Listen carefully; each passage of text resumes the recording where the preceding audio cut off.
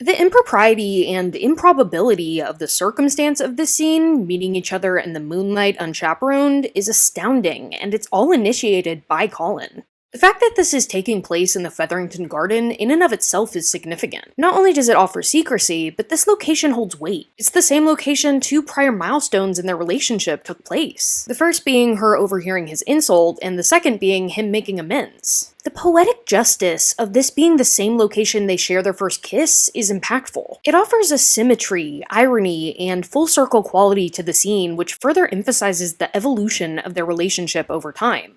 To go from Colin saying he wouldn't dream of courting Penelope to sharing a life-altering kiss in the very same garden is satisfying. It's also relevant to note that this is a state of physical vulnerability they rarely see each other in throughout the show. They're not exactly properly attired or put together. Penelope has her hair down, notably an uncommon and improper style for women to wear their hair in public in this time, and Colin is a bit disheveled. He's more informal. Their typical societal armor, so to speak, is down, so there's an inherent lowering of defenses when they come to each other this way. The scenery itself is beautiful. They're surrounded by ornate stone architecture with floral adornments. There's also a great balance of warm and cool tones on either side of their faces, as they're backlit by the warm light pouring in from the house, and then primarily lit by the cool moonlight. Penelope's shocked to see him appear in her garden in the middle of the night, so much so that she asks, "What are you doing here?" Likely she isn't confused at what prompted his visit, but at the fact that he actually took the action to check on her. These kinds of caring actions are foreign to Penelope, and this line nicely parallels the line she has in the carriage scene when she says, "What are you doing?"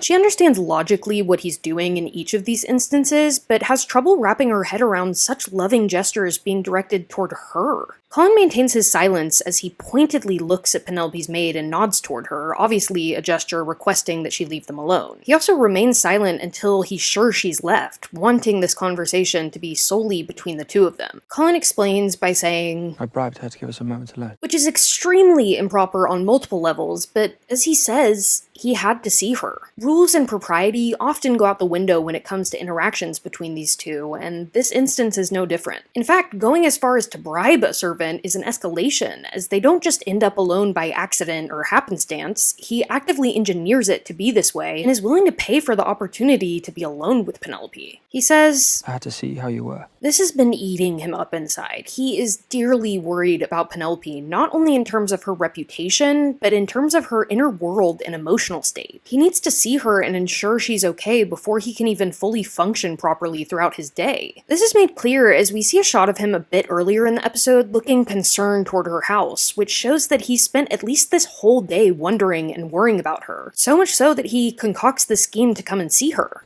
You read Whistledown. He doesn't need to mention the Whistledown issue for Penelope to know the impetus of his visit. He says, "She's beastly to write such things about you." Which reiterates Colin's dislike for Whistledown to maximize the tension of that eventual reveal, but also shows how protective he is over those he loves, Penelope being one of them. He's very evidently bothered by anyone speaking ill of Penelope in any way. Penelope's defenses are lowered here, which is shown when she says, It's her job to report what everyone is talking about. It would have been suspicious if she had not. Generally, Penelope's really good about not showing her cards or implicating herself in discussions about Whistledown, but her downtrodden emotional state has occupied her attention, and this incriminating statement slips through the cracks. Coming from anyone other than Whistledown, this is a strange thing to say, and a strange way to say it. But luckily, Colin seems too wrapped up in his worry for Penelope to notice the odd turn of phrase. The way that she reported on the incident in Whistledown already alluded to the fact that there's a great deal of shame and self-blame taking place on Penelope's part, but her line saying, In truth, I brought this on myself. A sad, stupid girl who believes she might possibly have a chance of love. confirms this. The choice to refer to herself as a girl when, for all intents and purposes, especially this season, she's wanted to be considered a woman, exhibits this regression. From the way that she scrunches and contorts her face here, we can see that this is a level of frustration and anger we've never seen from Penelope. It feels like a culmination of a lifetime of self-doubt, as if all her greatest fears have now been confirmed, and she feels ridiculous for having allowed herself to believe that she might have a happy ending. Given the way that she's been treated by her family and the town at large, this self-doubt makes sense. Colin, always quick to combat any negative self-talk coming from Penelope, makes an impassioned plea, saying, You must not say such things. this is quintessentially Colin. He's a kind person, he's a good friend to Penelope and her newly minted mentor. There have been countless instances of Colin trying desperately to reassure or reaffirm Penelope. In this episode alone, the audience sees Colin trying to boost her confidence with lines like, The truth is, you do not need a lesson. You are very teachable. You simply do not need to be taught. You already know how to do this. And you are Penelope Featherington, do not forget that. he's consistently distraught to see her not recognizing her worth or referring to herself in a negative light. He has an immediate and outright rejection, not only of her saying these things about herself, but of this perception of her at large. He holds the same level of frustration when Penelope is being spoken ill of, whether it's by herself, the Ton, or even Whistledown. I also want to highlight the technical skill of the lighting in this scene because there's a delicate balance when it comes to shooting scenes that are supposed to take place at night, outside, and under moonlight. Often these shots in media look odd or unrealistic, but here they maintain the perfect balance to assume the continuity and make it believable that this is night, but also to light the performances properly. Another really clever and subtle detail about the staging and blocking of this scene is that the architecture takes into account their height difference. Penelope's elevated on the stone entrance so that they're more level with each other, which allows for them to come together without any awkwardness or adjustment. This makes it so that moment can be sweeping, magical, emotional, and seamless, as they've already eliminated the obstacle of the height difference. Perhaps a return to the shadows is for the best. The reprisal of Whistledown's voiceover here is really great because it both explains and preempts Penelope's next actions. After all, a small taste of the light can lead to that most dangerous of emotions, hope. It cleverly narrates the moment and gives insight into her state of mind, as of course she was the one who wrote these words in the first place. And once hope is lost, a lady may become reckless. What you can glean from the excerpt of Whistledown is that Penelope's coming from a place of total hopelessness. She's given up on the idea of romantic prospects, and as a result, a burgeoning recklessness takes shape within her. She enters this scene with a "I have nothing left to lose" sort of mentality. As Penelope slowly looks up at Colin, you can almost see the idea enter her mind. Her face shows her better judgment fighting against her gnawing impulses as she looks at him. There's a brief cut back to Colin, and it's telling as he's locked in on her and begins to pick up on the shift in her demeanor. He's nervous and apprehensive, he steps back, he doesn't seem to like being assessed so intently, and he's obviously uncomfortable under the scrutiny. Penelope's incapable of meeting his gaze as she asks, Could I ask you something? She knows that if she looked at him, she might lose her nerve. Colin's empathy is on display here, as though he doesn't know or understand what exactly it is that she's feeling, he's mirroring the gravity of the situation. She appears sad, and he does in return. For her, with her, and as such, he's intent on reassuring her. The way he nods his head and raises his eyebrows as he says, Of course. hints at their closeness. It's almost strange to him that she's even asking such a thing, because it feels like it should be so obvious. Of course she can ask him something. She can ask him anything, always. Still avoiding his eyes, she says, and briefly falters in her courage. She tries to regain her composure as she closes her eyes tightly and takes a deep breath before continuing on, saying, Do you kiss me? And only after she's gotten the words out can she even tolerate looking at him. This request by Penelope is highly contested, but as I previously mentioned, she's effectively given up on the prospect of love and marriage. She's resigned herself to a life of taking care of her mother in her old age, but she wants a moment that she can cherish, something to keep her warm on her lonely nights. It makes sense for her to ask this of Colin, not only because she's had a crush on him for so long, but also because he's quite literally the only man she could ever trust with such a thought, let alone such a request. She knows that this may be her only opportunity to receive a kiss and trust him to keep her safe throughout it. Colin seems taken aback by this request, like it's the last thing he could have predicted would come out of her mouth. He panics a bit as he feverishly looks around, trying to figure out how to respond, how to approach this.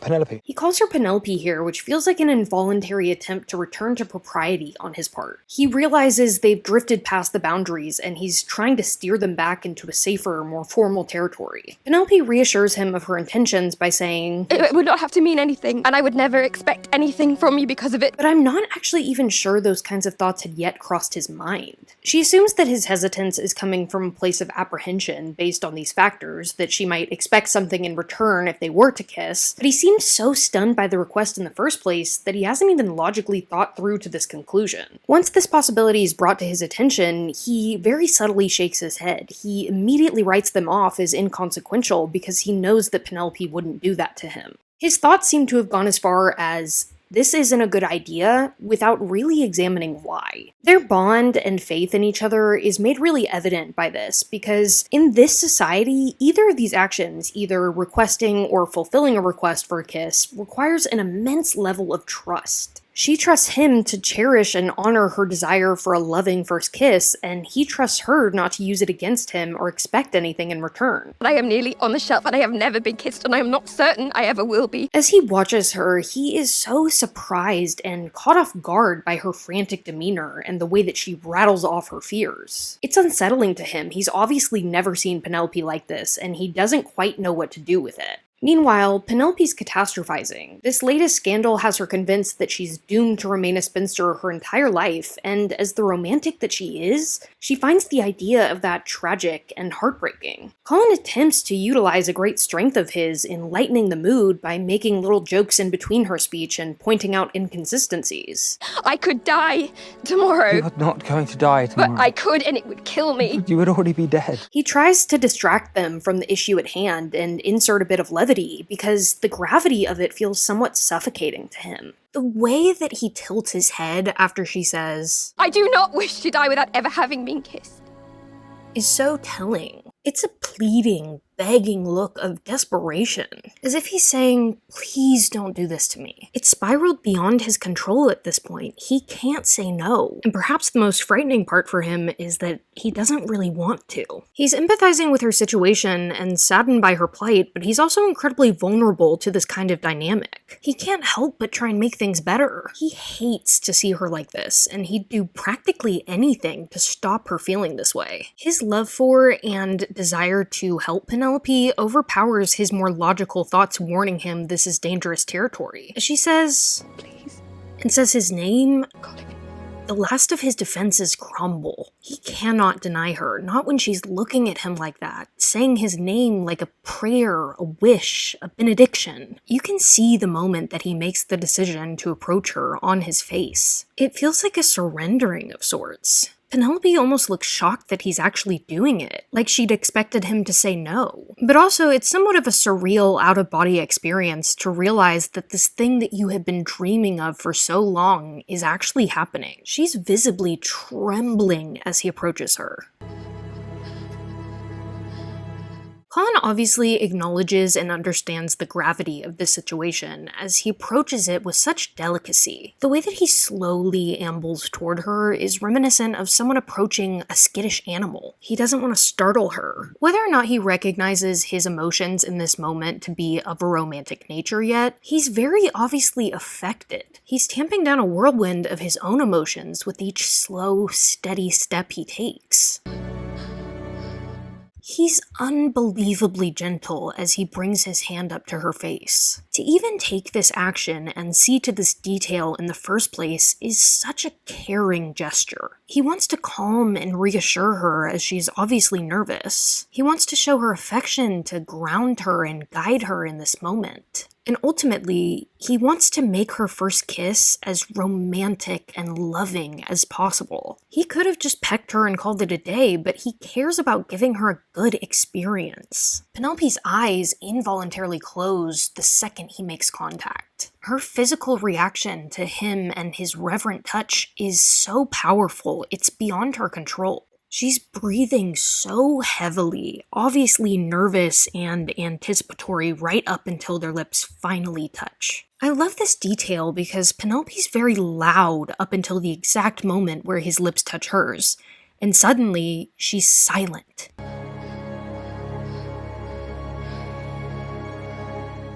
With one touch of his lips, everything's been put right. She's been calmed, soothed like a balm. The second their lips touch, her fear vanishes. She's right where she's supposed to be. The first touch of their lips is feather-light, both of them just barely pushing their lips forward to make the briefest whisper of a touch. Afterward, Penelope is very quick to open her eyes, and her gaze goes directly to his, searching, curious. But he languishes in the moment a bit longer. He keeps his eyes closed, perhaps more affected than he had expected to be. Once he does open his eyes, his gaze directly meets hers, and this is the closest they've ever been physically. The most intimate eye contact they've ever made, and in that, there's no hiding.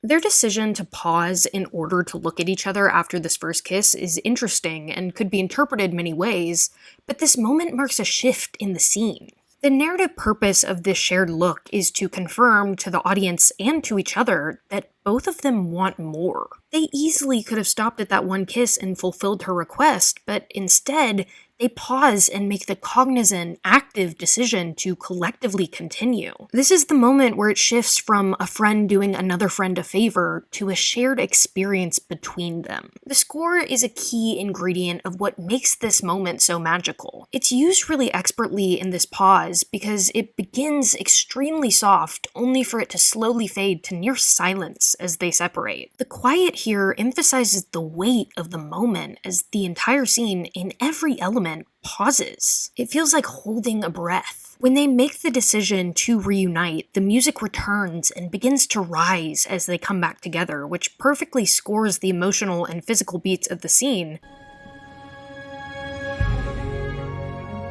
As the music ramps up in tandem with the kiss. If you listen closely, suddenly it's Colin who's breathless, which is such a great physical representation of the shifting of positions that takes place as a result of this kiss. He's breathing very heavily now, meanwhile, Pen is silent. Now he's the one who's overwhelmed by his senses and unable to control his response. There's also a very small moment which I find very impactful, where you can literally see his lower lip tremble as they go to kiss each other. This shows that he's obviously deeply affected by this touch, but again, the roles have been reversed here. Now he's nervous and anticipatory. The shift in perspective is crucial here as it shows the kiss from Colin's point of view, giving us a direct shot of his face at this moment, whereas prior, the focus and all the shots were on Penelope. The decision to cut to Colin is extremely impactful, and Luke Newton is able to, even with such a quick shot, convey so much and catch you up to speed as to how Colin's feeling. You see the moment mid-kiss of his brow furrowing in confusion and confoundment. This intimacy and connection, as we were shown earlier in this episode, is what Colin most deeply desires, and he's in disbelief that he's finding what he's always been looking for right in front of him in this kiss. It begs so many questions for him. He looks like he's thinking to himself, why does this feel so right? Has this always been there? How did I not see it earlier? The kiss itself also has its own arc and momentum. We begin with the singular, very chaste, light touch of lips. Barely any effort is expended by either of them in this kiss, but that changes as they reunite. Once they come back together, both of them are more active participants, both leaning into the position, pushing their lips toward each other. You see them maneuvering the positions of their faces to fit better together, to get closer to each other. They match each other's pacing and rhythm as the kiss ramps up. They open their mouths wider, wanting more. You also see an evolution in the types of kisses they have each time they come together, and by the end of the scene, they've evolved from meeting somewhere in the middle to slotting their lips together deliberately, his lower lip fitting between her lips. They're more confident, sensual, and mature in their kisses at the end of the scene. The kiss itself tells a story as it goes from chaste and gentle to feeling and passionate to sexy. I'd be remiss also if I didn't mention the effect that hair, makeup, and wardrobe also have on the visual appeal of this scene. The color combination of her red hair with his blue-green jacket is gorgeous and seems intentional, as this is one of the only times we see him wearing a coat of this color. The makeup for Penelope in this moment accentuates the beats of the scene, her long, flowy eyelashes fluttering as they make eye contact, her eyeshadow complementing the warm tones of her hair and lips, and most especially, The placement of the highlighter on her cheekbone reflects and refracts the moonlight, which emphasizes all of her facial movements as they come together. Their movement during the kiss causes shadows to travel around them, but the highlighter here is a great anchor of light. As they pull away from each other, there's a beautiful, intimate touch of their noses. He's the first and sort of only person to really open his eyes after this kiss. He opens them immediately, and they go directly toward Penelope, wanting to make eye contact, wanting to look into her eyes and see if she felt what he did. But Penelope avoids his gaze entirely. Her eyes remain fixed downward. Post-kiss, she's had a moment of clarity and feels so embarrassed she can't even manage to look him in the eyes. This is a moment of misconnection and miscommunication fueled by fear. They both, however, lean in closer to rest their foreheads against one another, basking in the moment, neither willing to pull away. She begins to shift her eyes upward, but she can't bring herself to actually meet his gaze. Her insecurity and embarrassment, her being emotionally overwhelmed, is evident by the way she purses her lips here. In the face of this, all the while, his hand remains firmly resting against and cradling her cheek. Then she says, Thank you. and swiftly whisks herself away, still never meeting his gaze after this moment. Because if she had, she might have seen how he felt, what this meant. They might have had no other choice than to acknowledge what just happened, what was shared between them. But she flees before he can look into her eyes. His eyes are still pretty heavy-lidded, basking in the aftermath of the kiss, but when she speaks those words aloud, you see his eyes stand to attention and widen. He's deeply affected by the moment that they just shared, and her saying these words aloud snaps him out of his reverie and back into what he thinks is reality. Her thanking him gives him the impression that, to her, this was just a favor. It didn't mean anything, didn't affect her in any way. Of course, the audience understands she's fleeing because it meant so much to her in the first place, but this is a farewell kiss for her and an introductory kiss for him. As she turns, his hand remains on her face, ghosting on her cheek and reaching toward her, for her, as she leaves. You see how much of a daze he's in, holding his hand in midair involuntarily, and you see him be pulled out of the moment as he shifts his head back and watches her go. He watches after her longingly, and his eyes look around, trying to decipher and understand what just happened. You see his awestruck, agape expression, and you can see the thoughts crossing his head. What just happened? Doesn't she feel the same? Why is she leaving? As the camera slowly pans and zooms into his face. The scene ends with him shifting his eyes and shutting his mouth as though he's made the revelation that his entire life just changed. This is one of the most beautiful first kisses in television history in so many ways. Not only is the literal kiss itself aesthetically and visually beautiful, but the emotional terrain the scene covers makes it extremely touching and moving. It's sad and sweet and sexy, and it takes you through a journey of all these emotions. And it's also such a turning point for these characters. Nothing will ever be the same after this kiss.